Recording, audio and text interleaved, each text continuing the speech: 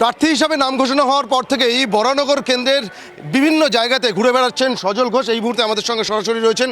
সজলদা, প্রথমেই যে বিষয়টা জানতে চাইবো যে প্রচারে কেমন সাড়া পাচ্ছেন, মানুষকে কি বলছেন? দেখুন, আমি তো বলবো হেভি সাড়া পাচ্ছি। আপনি বলবেন কেমন পাচ্ছি, আপনি ঘুরে দেখুন আমার সাথে।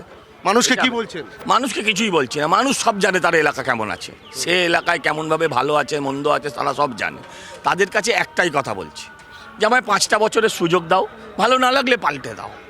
এখানে মানুষকে জল কিনে খেতে হয়। তৃণমূল এসলেই বলছে যে আমরা লক্ষ্মী ভাণ্ডার দিয়েছি, পুরো লক্ষ্মী ভাণ্ডার জলে চলে গেছে।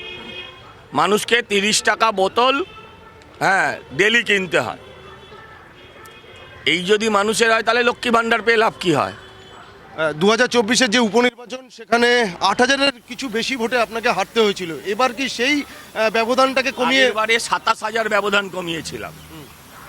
এবারে 27,000 ব্যবধান যদি বাড়াই তাহলে সেটা গিয়ে দাঁড়ায় 20,000-এর ওপর। ওটাই মার্জিন হবে। সিপিএম প্রার্থী সায়নদীপ চ্যালেঞ্জের ভালো ছেলে, রাজনৈতিক ভবিষ্যৎ আছে। ওর দলের কোনো রাজনৈতিক ভবিষ্যৎ নেই, ওর দলের কোনো রাজনৈতিক ভবিষ্যৎ নেই।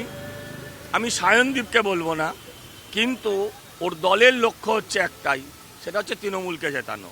যেটা গতবার যিনি প্রার্থী ছিলেন তিনি কিন্তু এই কথাটা নিজের মুখেই স্বীকার করেছেন আপনাদের চ্যানেলেই। জয়ের ব্যাপারে কি বলবেন? 100% নিশ্চিত। তিনি কিন্তু যেটা দাবি করছেন যে এবারের এই নির্বাচনে তিনি জয়ের ব্যাপারে 100% নিশ্চিত। ক্যামেরায় গৌরবের সঙ্গে সুপ্রিয় গুহ, TV9 বাংলা।